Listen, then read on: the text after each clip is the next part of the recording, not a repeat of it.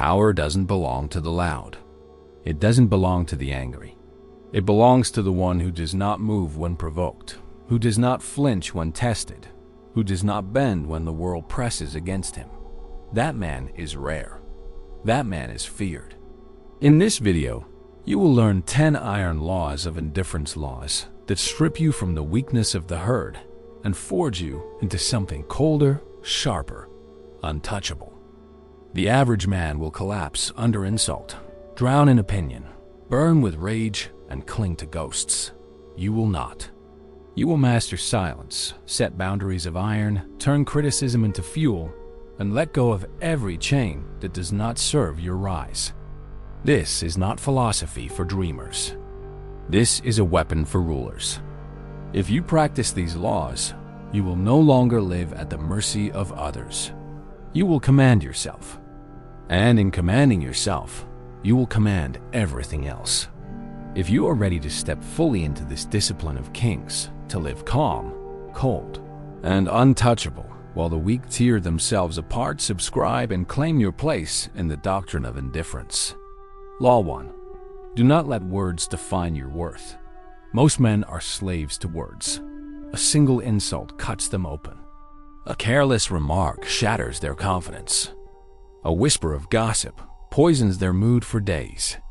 They imagine themselves strong, yet their state of mind hangs on the tongue of others. What kind of sovereignty is that? To be ruled by words is to be ruled by air, cheap, weightless, fleeting. Machiavelli observed that men are moved more by appearances than reality. Words are weapons of appearance. They cost nothing, yet they topple the weak because the weak allow them to. The insult itself has no power. The mockery itself is nothing. It is the reaction that gives them strength. When you rage at words, you prove they have pierced you. When you defend against them, you confess their truth. When you brood over them, you grant them life long after they were spoken. In every case, you hand your enemy victory without him ever lifting more than his tongue. The strong man cannot be owned this way. He does not bend under insult, nor does he rise under praise. He knows that to be defined by others is to be shackled. Their scorn cannot touch him because he never accepted their judgment as sovereign. Their compliments cannot sway him because he never depended on their validation. His worth is his own decree, not a public vote. Picture the man publicly mocked. The weak man bristles, his voice trembling as he scrambles to justify himself. The crowd sees it, and the mocker's blade cuts deeper because the wound is visible. But the ruthless man is unmoved.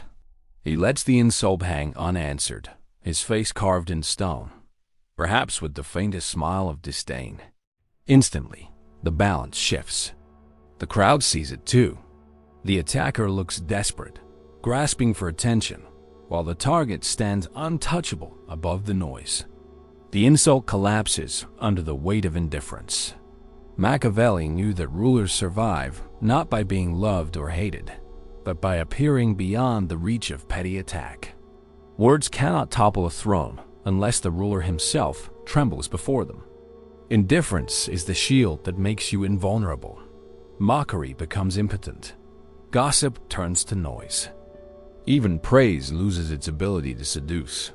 For praise is as dangerous as insult. Both are chains if you need them. The man who no longer bends to words becomes dangerous. His enemies cannot provoke him. His allies cannot manipulate him. The herd cannot sway him. He becomes a fortress of self-command. And in time, his reputation grows. He cannot be rattled. He cannot be reached. That alone terrifies those who would oppose him. For a man immune to words is a man who cannot be controlled. Never forget, words are only air. But once you let them carve into your identity, they become chains. Break those chains. Strip words of their power. Accept only your own judgment as sovereign. Then you will walk untouchable through a world of chatter, while the rest remain prisoners of the tongue. Law 2. Reactions are a choice, not a command. The average man is a slave to his emotions. He imagines himself strong, but one insult unmasks him. A single sneer, a careless remark, and his mask cracks. He rages, he argues, he flails. His enemies smirk because with almost no effort they have revealed where to strike. Every burst of anger, every defensive outburst, every trembling explanation is not power but surrender. He has confessed his weakness before the fight has even begun. The truth is this: no one can make you angry. No one can force you into outrage. What others do is present a stimulus. What happens next is entirely your choice. If you react, you have already surrendered your sovereignty. You have declared to the world that your state of mind is not your own, but can be stolen by anyone clever enough to provoke you. And what kind of man allows himself to be owned so cheaply? Outrage is never strength. It is exposure. When you shout, when you spit fury, when you clench your fists, you are not intimidating anyone. You are informing them.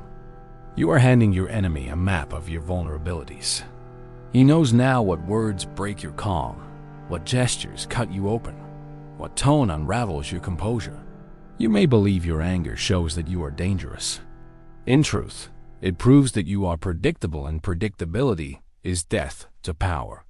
The man who wishes to rise above this pitiful state must learn the discipline of indifference. He must treat emotions like unruly soldiers and force them into order. A feeling may flare within him, but it never marches without his command. The insult, the slight, the betrayal, they arrive, but he does not dance for them. He waits, he watches, he calculates. The delay alone terrifies those who confront him. For most men are reactive. They cannot stand silence. They erupt instantly, exposing themselves like prey startled in the grass. But the predator does not startle. He observes. He waits. And when he finally moves, it is deliberate and devastating. Imagine standing in a crowded hall. A rival hurls an insult at you, sharp and public, meant to humiliate. Every eye turns to see your reaction. This is the trap. If you rage, you prove him right. If you explain, you stoop to his level. If you defend, you confess the wound. But if you simply smile faintly, if you let the words hang unanswered in the air, the weight of silence shifts against him. He grows uneasy, desperate for a reply that never comes. The audience senses it too. He looks like a child begging for attention while you appear untouchable. In that moment, his weapon has broken in his own hand, and without striking back, you have already won. This is the art of choosing reaction instead of being commanded by it. To pause before responding is not weakness, but mastery. Each heartbeat of silence is power because it belongs to you, not to the one who tried to provoke you. And in that silence, you gain the luxury to decide whether this moment deserves action at all. Often it does not. Most attacks are beneath you, and nothing humiliates an enemy more than indifference. A man ignored is a man erased. Machiavelli warned that rulers who cannot master their own impulses are ruled by others. He understood that a prince who lashes out reveals his fragility, while one who holds still creates fear. Delay, silence, and choice are not passivity. They are strategy. They make you unreadable, and unreadability is a weapon deadlier than rage. What begins as discipline becomes reputation. In time, men will whisper that you cannot be rattled, that insults slide from you like arrows against steel. Enemies will hesitate to attack because they know it will cost them their dignity and gain them nothing. Allies will look to you for stability, for the strength of a man who never loses himself to the chaos around him. And those who once thought to provoke you will find themselves unnerved by your calm, as if facing something colder and deeper than they can comprehend. To react impulsively is to confess weakness. To choose your response is to declare supremacy. When your emotions obey you and not the world, you cease to be prey. You become the predator who cannot be provoked, the ruler who cannot be moved, the man whose silence cuts deeper than anger ever could. Master this law, and no insult, no betrayal, No act of malice will ever unseat you again. Law 3. Stop expecting others to act like you. The greatest source of disappointment is not betrayal itself, but the delusion that others should live by your code. Weak men expect loyalty because they are loyal, honesty because they are honest, respect because they give respect. When these expectations collapse, they whine, they rage, they wallow in self-pity. They say, "I would never have done that to him." Pathetic words. The world does not revolve around what you would do. Machiavelli warned that men are driven by self-interest above all else. They are not noble. They are not consistent. They act according to their needs, fears, and desires, not yours. To expect them to mirror your values is as foolish as expecting the storm to obey your wishes. The storm destroys because that is its nature. And men betray, deceive, forget, and disrespect for the same reason, because it is in their nature. The strong man discards expectation and sees men as they are. He does not weep when a friend proves selfish, nor does he rage when an ally fails him. He expected it already. He is never shocked, never blindsided, never disarmed. When loyalty appears, he takes it as fortune, not entitlement.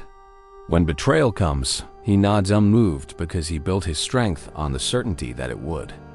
Think of the fool who trusts everyone to treat him as he treats them. Every slight cuts him deeply. Every disappointment drains him. His life is an endless series of wounds because he insists the world should reflect him. The ruthless man, by contrast, never grants the world that power. He assumes men are unreliable, self-serving, and weak. And because he expects nothing, he loses nothing. This clarity becomes a weapon. While the herd clings to illusions and cries when reality shatters them, the strong man thrives. He negotiates with eyes open. He allies with caution. He betrays no surprise when men reveal their true nature.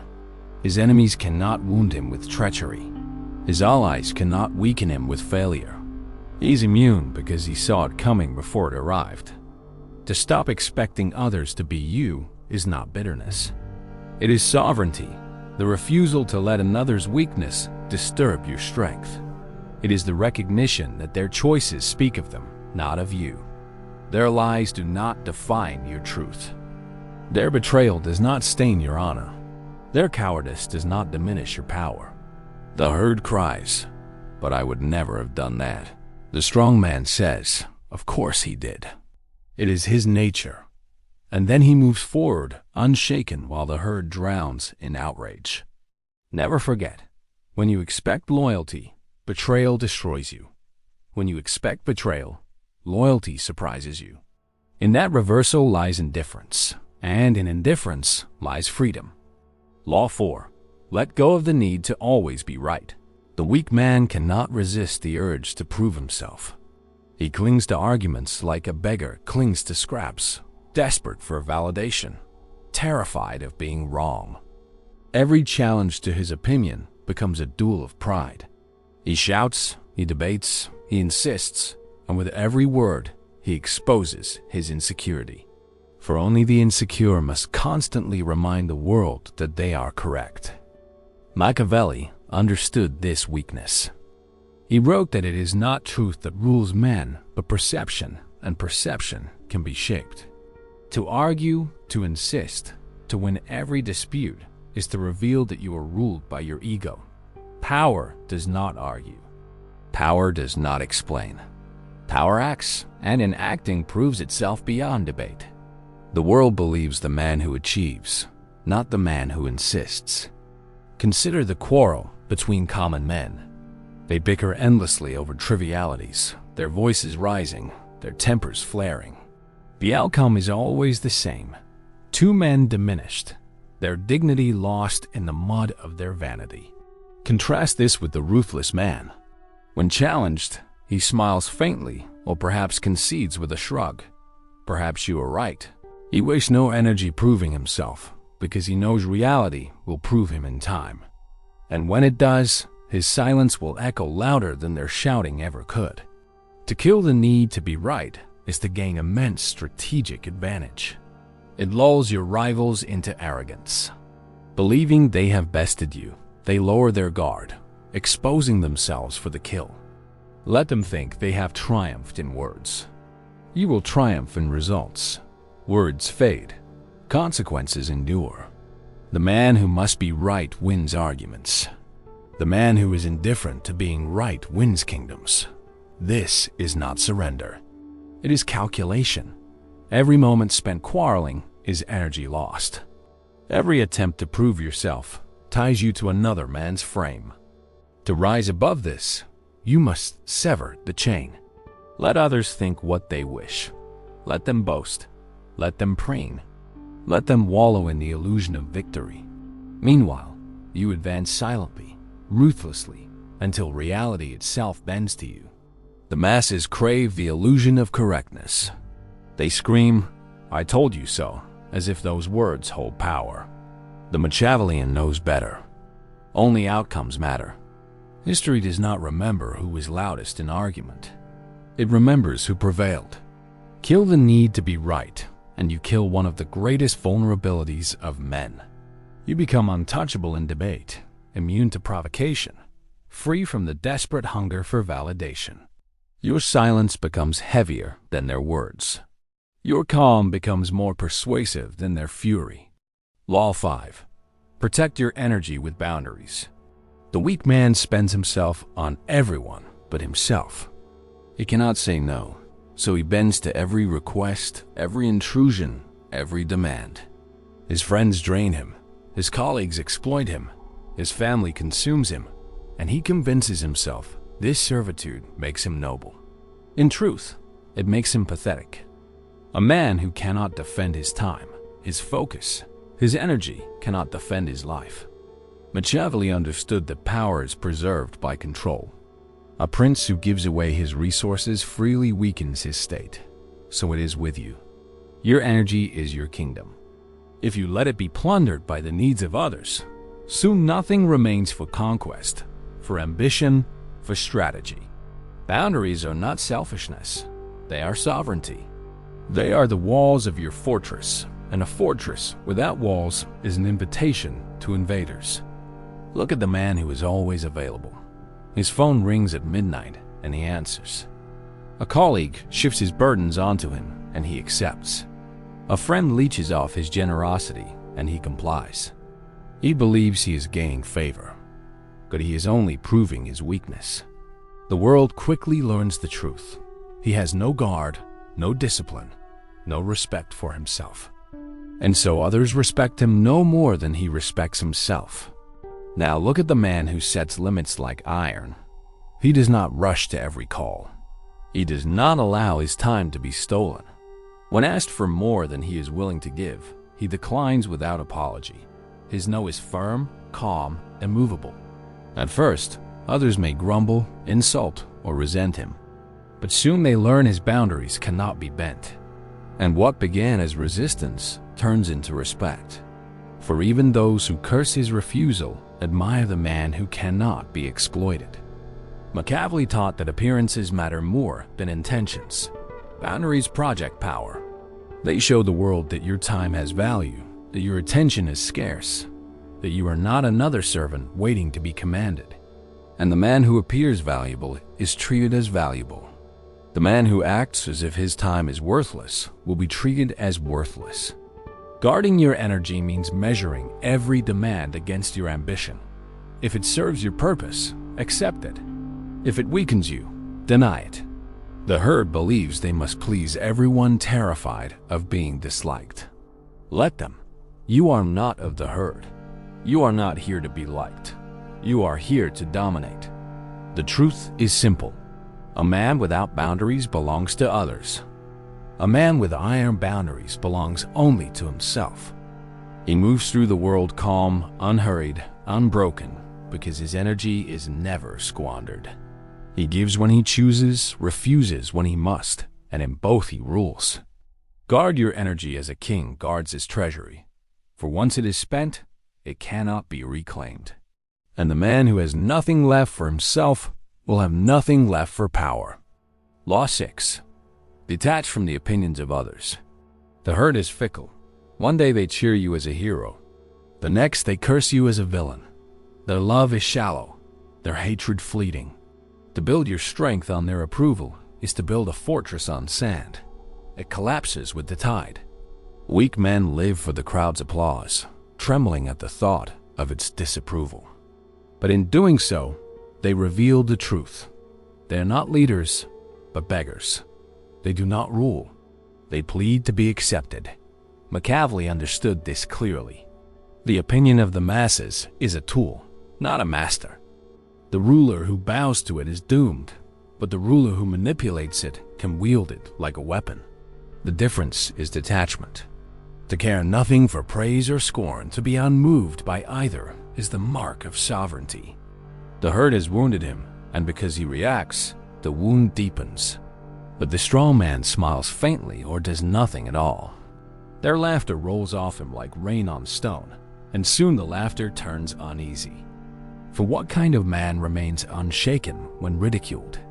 The answer: a man above them.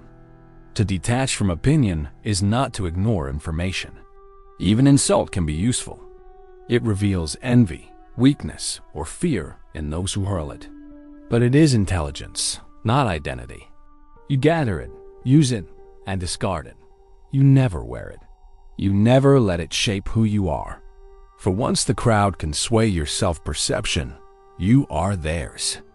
Machiavelli advised rulers to accept being thought cruel if cruelty preserved their power. Let them call you arrogant, cold, ruthless, foolish. It costs you nothing. Appearances are malleable. Reality is yours. What matters is not that they approve of you, but that they cannot move you. The ruler who fears being hated is enslaved by fear. The man who shrugs at both hatred and love is untouchable. Detach from the opinions of the herd, and you sever one of the deepest chains of weakness. In time, this detachment itself becomes legend. The herd whispers, "He cannot be rattled. He cannot be swayed. And though they may never love you, they will fear you." And fear, as Machiavelli taught, is more reliable than love. Law 7. Respond with silence, not anger. Provocation is bait. It is a trap set by those who want to expose you, to see you lose composure, to drag you down to their level. The weak man falls instantly. He spits insults, raises his voice, and thrashes like a fish caught on a hook. He believes his anger proves his strength, but it only proves he is predictable. He dances to the tune of his enemy, a puppet with strings pulled by words. The strong man does not take the bait. He understands that silence humiliates more than fury. When insulted, he does not rush to defend himself. When mocked, he does not snap back. Machiavelli wrote that a ruler must learn to appear composed even in turmoil. Silence is that appearance weaponized. It suggests control, calculation, mystery. The attacker cannot tell if you are plotting revenge, if you consider him beneath notice, or if you are simply immovable. This uncertainty gnaws at him, breaking his spirit faster than any reply ever could. Picture the scene. In a hall, your rival hurls insult after insult, hoping to rattle you before an audience. The fool would answer in kind, creating a spectacle that diminishes him both ways. But your eyes remain steady, your lips closed, your posture unchanged. The crowd watches the imbalance unfold. One man raging, the other unmoved. Who looks stronger? Who commands the room? It is not the one shouting. It is the one who never needed to. Silence is not passivity. It is dominance. It starves anger of fuel. The man who rages looks weak, but the man who withholds looks dangerous. No one knows what he is thinking. No one knows when he will strike. And in that uncertainty lies fear. Law 8. Practice gratitude to dissolve anger. Anger blinds men. It consumes their judgment, weakens their discipline, and makes them reckless. He still has a car, still has a destination, still has options. He wastes no time thrashing against what cannot be changed. His calm preserves his clarity, and clarity preserves his power. The herd is furious. He's already adjusting strategy. Who wins? Gratitude is not bowing to fate. It is claiming sovereignty over perspective. It dissolves anger because anger feeds on fixation. The enemy believes he has provoked you. Gratitude trains you to look beyond the wound and see the opportunity hidden beneath. Betrayal reveals a disloyal ally. Good now, you know who cannot be trusted. Failure exposes a weakness. Good now, you know where to fortify. Mockery exposes envy. Good now, you know you are feared. With this frame, anger becomes unnecessary. You turn every strike into intelligence. The herd cannot do this. They fume, they sulk, they complain of injustice. They drain themselves fighting shadows. But the Machiavellian turns each misfortune into fuel. He thanks the storm for testing his walls. He thanks the enemy for revealing himself. He thanks hardship for sharpening his resolve. Gratitude is not about peace. It is about supremacy. When you weaponize gratitude, nothing can provoke you. Insults become empty. Betrayals become lessons. Losses become training. Anger withers because there is nothing left to feed it. Law 9. Reframe criticism as a tool for growth. Most men crumble under criticism. A harsh word wounds their pride.